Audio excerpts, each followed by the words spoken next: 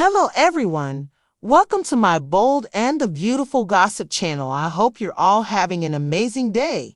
Before we dive into today's content, make sure to hit that subscribe button and show some love by giving this video a thumbs up. At Trust Lodge, Carter signs the LLC record, which would give him control over Forrester manifestations, and drops the pen. Trust lets him know this will make a huge difference. He's presently recorded as the administrator of the LLC. You did it, Carter. He says, we did it. Trust can't imagine a superior individual to lead Forrester manifestations. He's the very individual the organization needs to push ahead. Carter actually needs Steffi and Edge's marks. Whenever they've marked, they will at this point not be in control. The paper would give him full control, yet they must be practical. This will begin an insurgency. Carter trusts B&B. In Forrester's primary office, Steffi and Eric are examining a public statement about the finish of Trust's line. Edge doesn't think they need to conclude that at the present time and declares he needs to go beware of something. In the plan office, Electra and Will canoodle. She stresses over doing this at work. Imagine a scenario where somebody strolls in. Will envisions they'd be really envious that he's going to kiss the most gorgeous young lady on the planet once more. They kiss, and Will muses about not having any desire to divert her.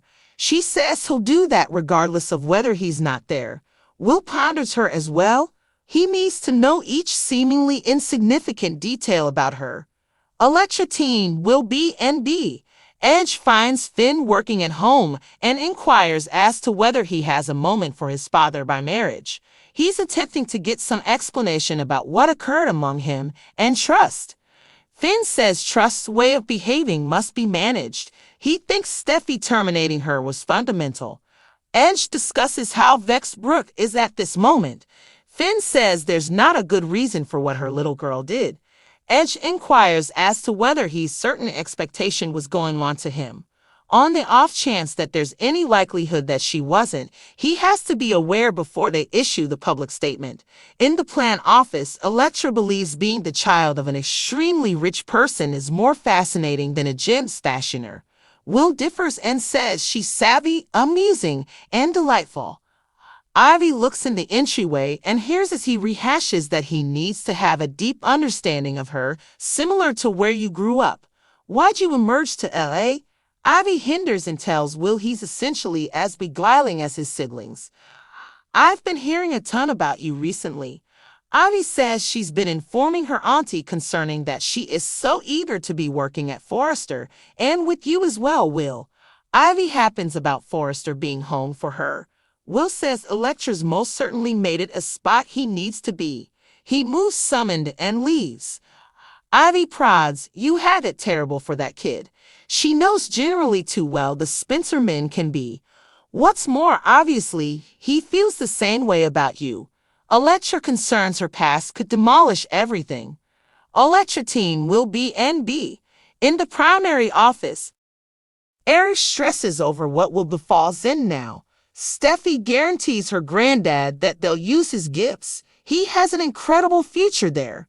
Katie comes in with the public statement Steffi requested. She and Eric need to hold off. However, Steffi expresses expect what's in store is finished.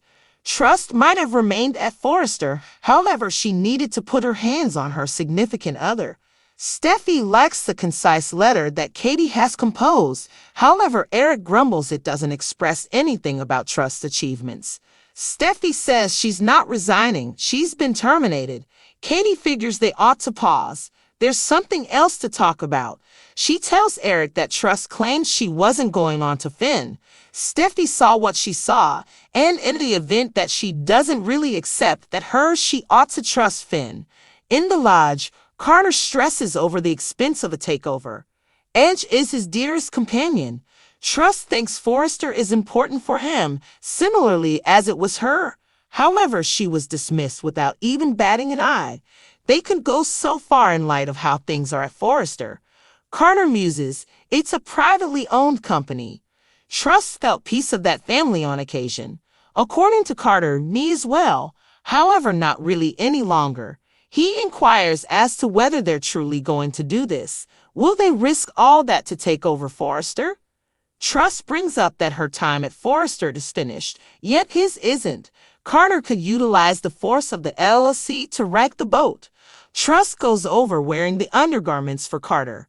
Assuming they confessed all, Edge and Steffi would scrutinize his navigation. Carter thinks Steffi is an incredible money manager, yet all at once she's lost viewpoint. He can't permit her treatment of desired stand. You're a motivation, Trust. She's been underestimated at Forrester. According to Trust, so have you, and that needs to transform. She gets the archive and says this could be the response to getting their prospects. We simply have to get Edge and Steffi's marks. Carter trusts B and B. In the principal office, Katie asks Steffi, "What's the rush?" Steffi reminds her she's the person who believes the press should discuss something different. Eric advocates for utilizing additional time. Steffi thinks they need to make it happen and continue on. She requests that Katie send the delivery to Trust so she's not caught off guard. At the Precipitous house, Finn comprehends that Edge is in a predicament. He says he and Brooke will be fine, yet this is an outrage, and it's the last thing the organization needs. At the lodge, Carter tells Trust on the off chance that he's doing this, he wants her close by. According to she, "You realize I have you covered." He mourns that Edge and Eric could have done without his proposition. Trust says the state of affairs won't ever change except if they take care of business. Carter gripes that organization is turning out to be more useless constantly. He knows how great it very well may be. According to Trust, it will be. Carter thinks about how the Logans must be treated in a serious way and appreciated. "Think you deserve it." Trust smiles over Carter taking up for the long shots and seeing her value. She and her mom are appreciative. Trust gets a warning and gets her telephone. She lets Carter know that Katie has messaged the official statement she should convey. She finds out about expectation for the future stopping creation and its maker, Trust Logan, continuing on. She cries, "Steffi's not withdrawing. It's truly finished." Carter pulls her nearby. "No, it's not. Way off the mark." Trust gets the LLC record and says Forrester merits a pioneer with a prepared heart to take the organization higher than ever. She lets Carter know that it must be a change. Another time, she will be right close by. Carter gestures, "We should make it happen." She giggles, "How about we do it today?" They kiss enthusiastically.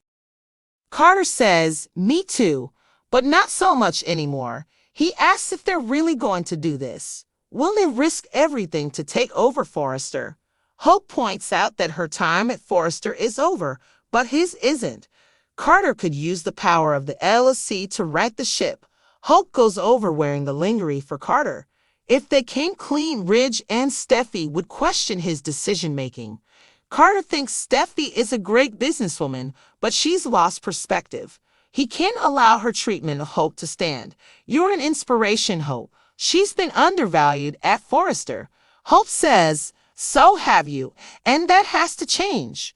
She picks up the document and says this could be the answer to securing their futures. "We just need to get Ridge and Steffi's signatures." Carter, Hope, B and B. In the main office, Katie asks Steffi, "What's the rush?" Steffi reminds her she's the one who wants the press to talk about something else. Eric advocates for using more time. Steffi thinks they need to do it and move on. She asks Katie to send the release to Hope so she's not blindsided. At the Cliff House, Finn understands that Ridge is in a tough spot. He says he and Brooke will be fine, but this is a scandal and it's the last thing the company needs.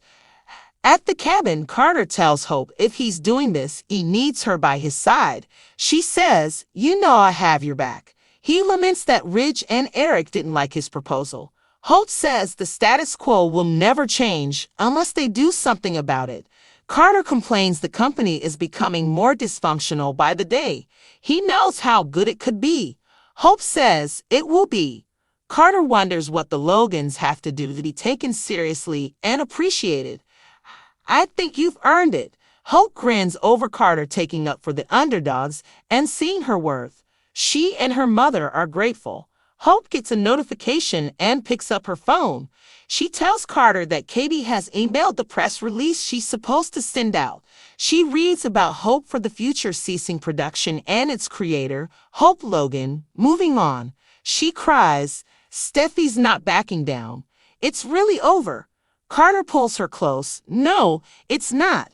Not even close. Hope picks up the LLC document and says Forrester deserves a leader with the heart who is ready to take the company to new heights.